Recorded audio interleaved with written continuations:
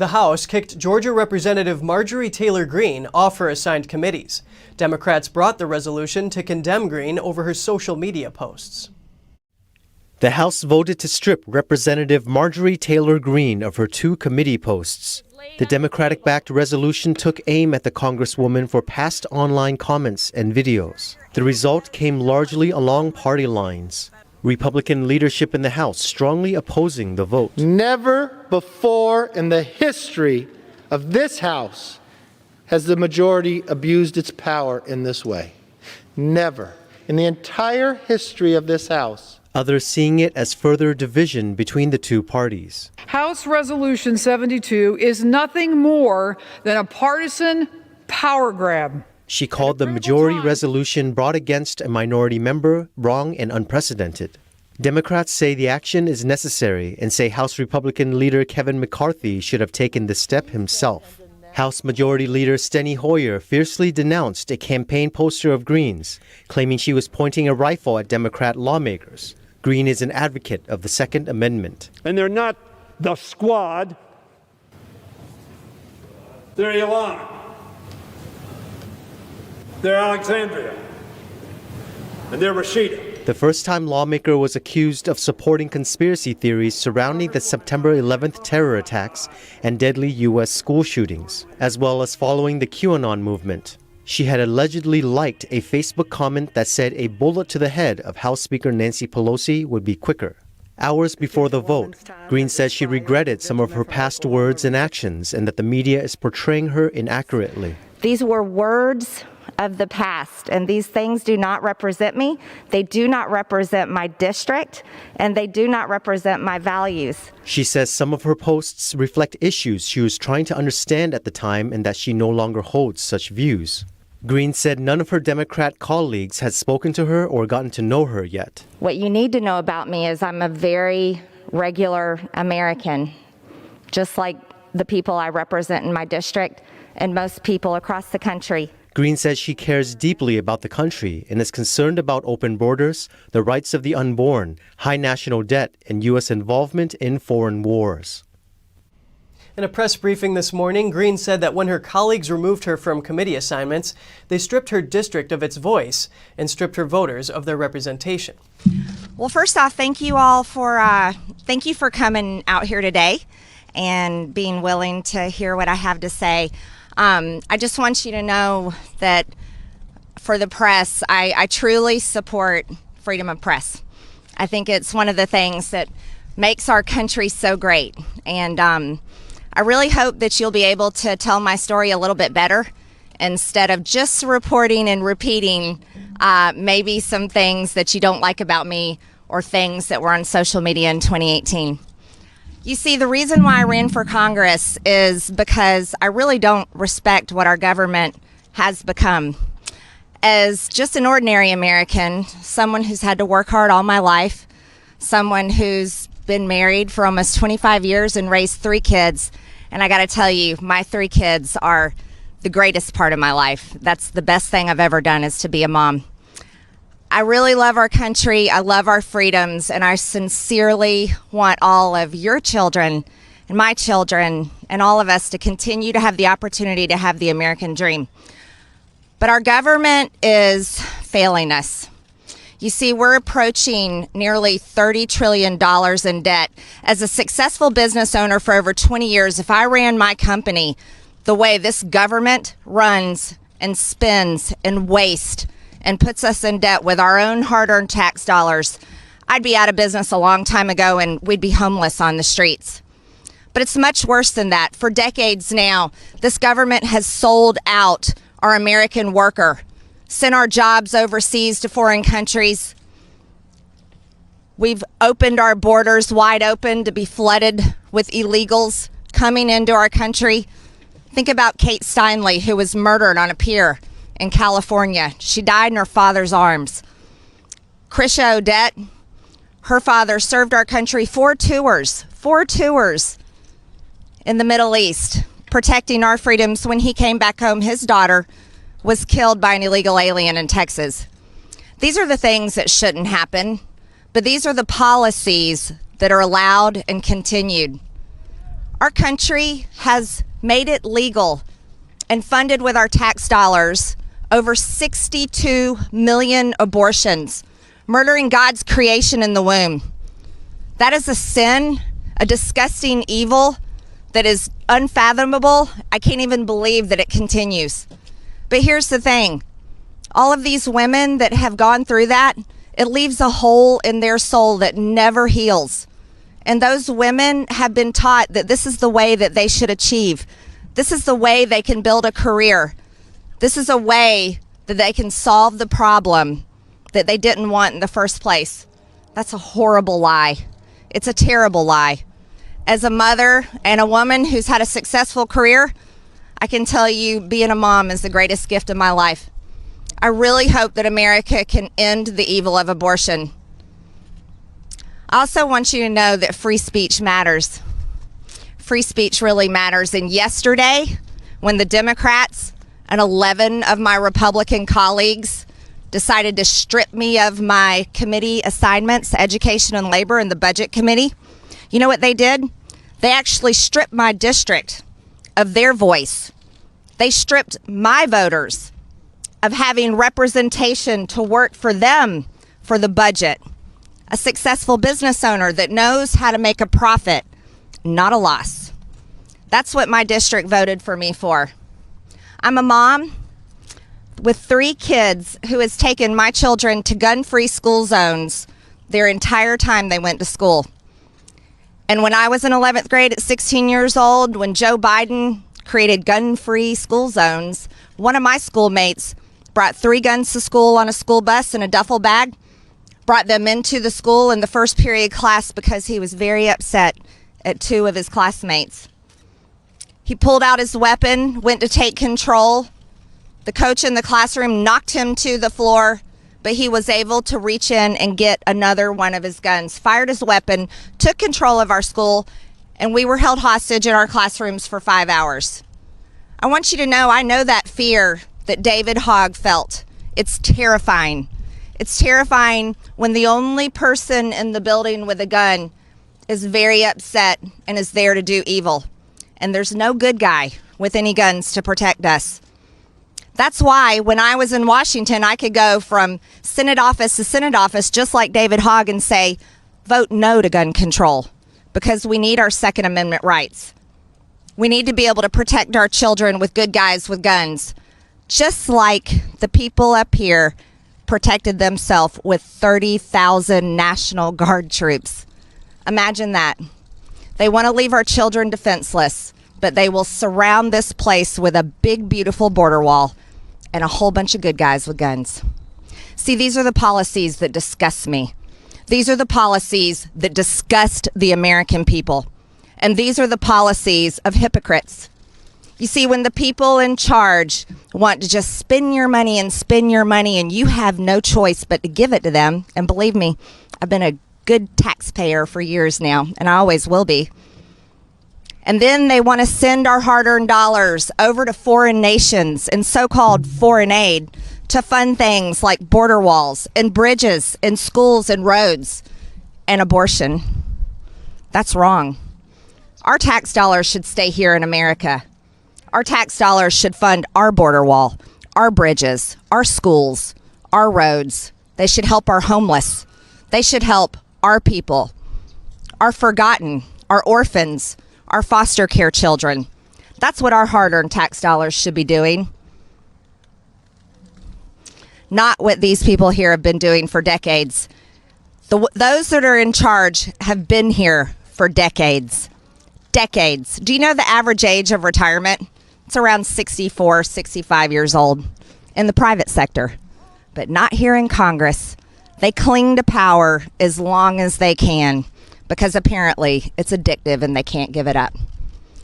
This is something that I just can't tolerate. I can't take it, and the American people are so sick of it. You see, a record number of Americans voted for President Trump. Record number of Republicans voted for President Trump. Do you want to know why?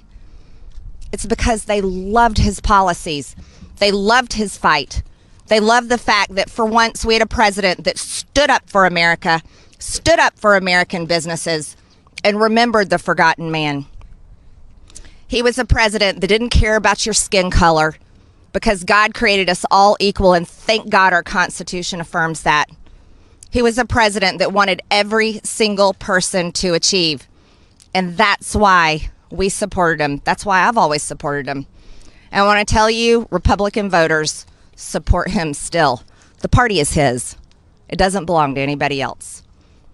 This impeachment trial that's going to happen next week is a circus. It's a circus that allows media companies to get lots of clicks, lots of views, and sell ad dollars. And you know what? That's pretty disgusting too. Everyone here knows that he did not cause this attack on the Capitol, nor did I, nor did any Republican, but the responsibility falls squarely on those that invaded the Capitol, the ones that planned it ahead of time. Those are the people that should be held accountable. I was in the chamber, unlike AOC, Representative Ocasio-Cortez, that faked her outrage with another hoax, just another hoax that gets shared everywhere. You see, those kind of fake lies, like AOC, Representative Cori Bush telling people that I attacked her when in fact it was on video that she attacked me. This is the kind of fake outrage that is dividing our Congress, along with the fake outrage on the news every single day that's dividing our people. You know what the media does, and you guys are great at it. And I'm telling you this because I want to like you. But you're doing a really good job at addicting our nation to hate. Teaching people to hate people like me, President Trump, and then on the right, it's the same way. Teaching people to hate AOC, Ilhan Omar, Nancy Pelosi. See, it goes both ways, doesn't it? But teaching people to hate and addicting them to it is killing our country. It's causing people to no longer be friends, families to no longer talk to each other, even husband and wives getting divorced, parents not talking to their children, and the other way around. I think that's terrible, and it's shameful. When you have such a platform as you have, what do you want your legacy to be? Do you want your legacy to be the platform that destroyed our nation and caused our people to hate one another? Or would you rather be a platform that told the truth because you're given the great gift, the freedom of press, so you can tell the truth? I would love for you to be that platform, and I would be so proud of you. I wouldn't be mad at any of you. I had the greatest opportunity yesterday, and I'm so grateful for it. I got to say what I had done wrong. And do you know how freeing that is? I'm not kidding. I seriously feel blessed by God because I got to do it on a world stage. I got to say, I said things wrong. I believe things that were wrong. And you know what? I'm so happy I got to do that. My district is thrilled with me. People are all over the country are thankful and supporting me. And for that, I'm grateful to them. None of us are perfect. And when we go about our life thinking that we are, we're such hypocrites.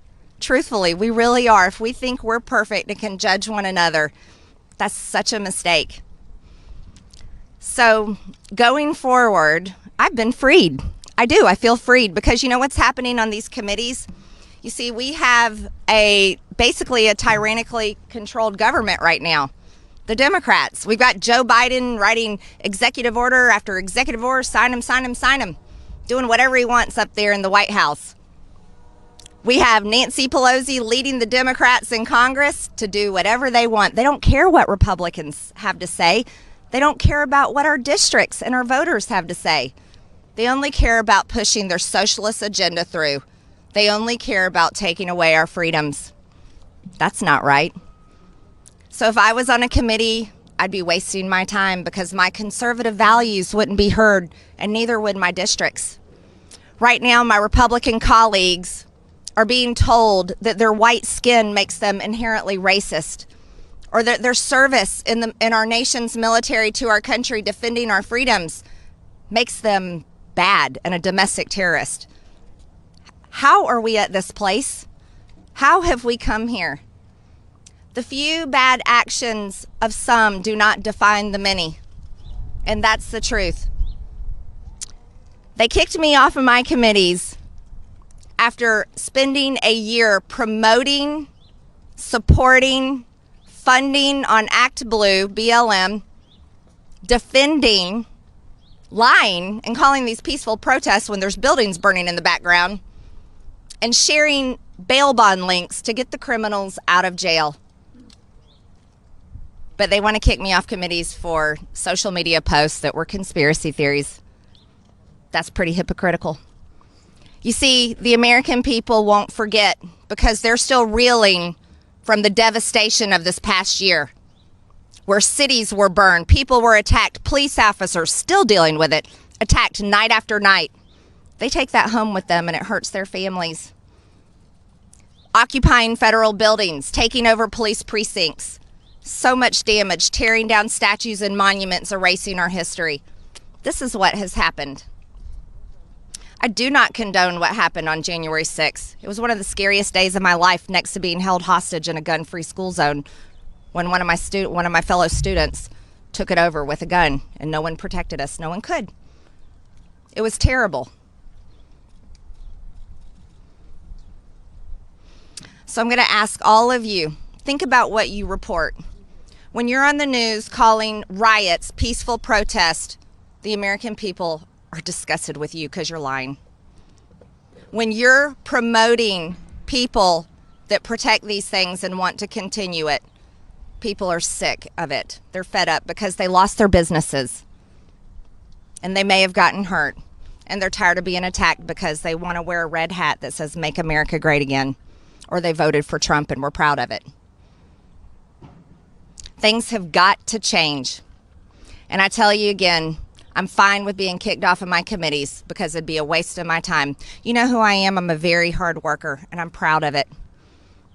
So now I have a lot of free time on my hands, which means I can talk to a whole lot more people all over this country, and I can talk to more people and make connections and build a huge amount of support that I've already got started with people that want to put America first and don't care about the party lines and don't care about any of the political identities involved. And that's something that I am very excited about. So I look forward to going home and seeing people in my district. I'm thankful and overwhelmed by their support. I'm grateful that I had the opportunity to say the things that I don't believe and I shouldn't have said in the first place. And I'm really grateful to my God because He forgives me, and that's what being a Christian is all about. I have a message to other Christians in this country. Don't be lukewarm. That's not what your faith is for. Our Savior died on a cross so your sins can be forgiven, and He doesn't want you to be quiet about it. He wants you to share the gospel and share it with everyone. That being said, I'm going to let you guys go about your day. I know you got many things. Yeah, I'll take some questions. Yeah.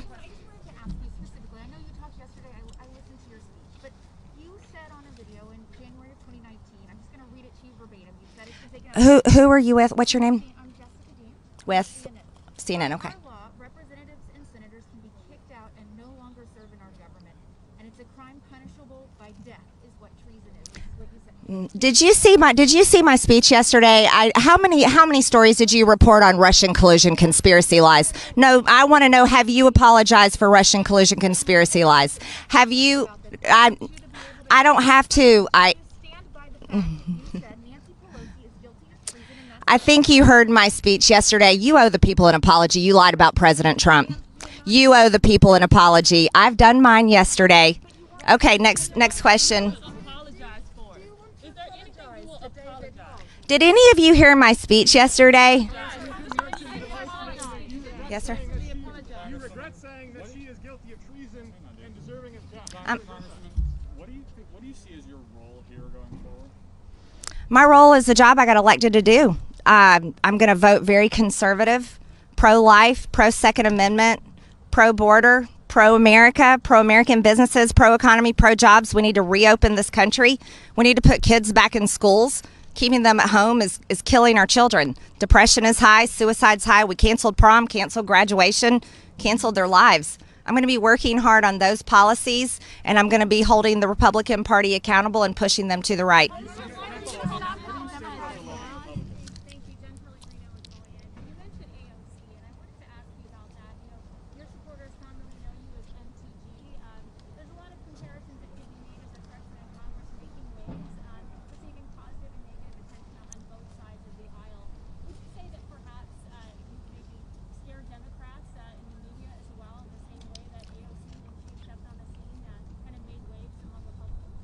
I'd say there's a comparison between us and the fact that we really don't care what other people think about us, because I can say that for myself. I've never met her, but I assume she probably feels that way. But there's a major difference in us. AOC embraces policies of socialism to what you could call communism. She wants to have all the power, and then the people that she claims she wants to help, her policies would reduce them to poverty, and they wouldn't have many freedoms left. So there's a big difference than us. I support our Constitution and all of our freedoms, and I'll work very hard against her policies. Jen? No, that's not fair. Can you ask somebody else's question? That's not fair. She already had a question. You should answer other people's questions. Huge desire to be famous. What do you say to him and the other 10 Republicans that voted against or voted for removal? Well, there were 10 that voted for impeachment against President Trump, and they definitely paid the price. They heard from Republican voters. There were 11 that voted against me yesterday, and that's something that our leaders should be very upset about. Kevin McCarthy and the rest of the Republican Party is working hard on taking back the majority, and when you have Republicans in the ranks voting against one of their own, opening the door for Democrats to go after every single Republican next, that really is a big betrayal, and that could cost us the majority in 22. People are very angry. That's all I've heard from people all morning, furious about that. So I hope that my Republican colleagues really think about what they've done. I'm sure they're going to hear from their voters at home, because the base is loyal to President Trump, and the base has been very loyal to me, and they've shown me that. Yes. Tia? My question is there anything that you haven't said that you now want to say I'm sorry for? Not just you regret or walk back, but is there anything you are sorry for saying in the past? Oh, of course. I'm sorry for saying all those things that are wrong and offensive. And I sincerely mean that. And I'm happy to say that. I think it's good to say when we've done something wrong. So yeah, that's easy for me. Yep. Okay. Yes. Congresswoman, are you sorry to David Hogg? What you said to him and about him? David Hogg was an adult when I talked to him. I don't think any of you have realized that. David Hogg was working with the organization they were going around working hard for strict gun control laws. I'm very opposed to those policies. And so being in the same situation as David Hogg, my voice matters too. And so, no, I'm not sorry for telling him he shouldn't push for gun control. What we need to do is we need to protect our children. I think you're expecting we should protect our children and your baby as well with good guys with guns, and not allow them to be sitting there sitting ducks. Yeah, thank you. Yep, right. You talked earlier about the media teaching people to hate, but wasn't it you who liked a page on Facebook with comments saying Nancy Pelosi should get a bullet to the head? And didn't You know, this reminds me of when you guys would ask President Trump, do you denounce white supremacy? And he would say, I denounce it. And then you would ask him again, and he would have to say, I denounce it. I have said it. You know, here's the thing. When you want to keep telling the same story over and over, but you don't want to tell the truth, that's your problem. And that's how we end press conferences. Okay.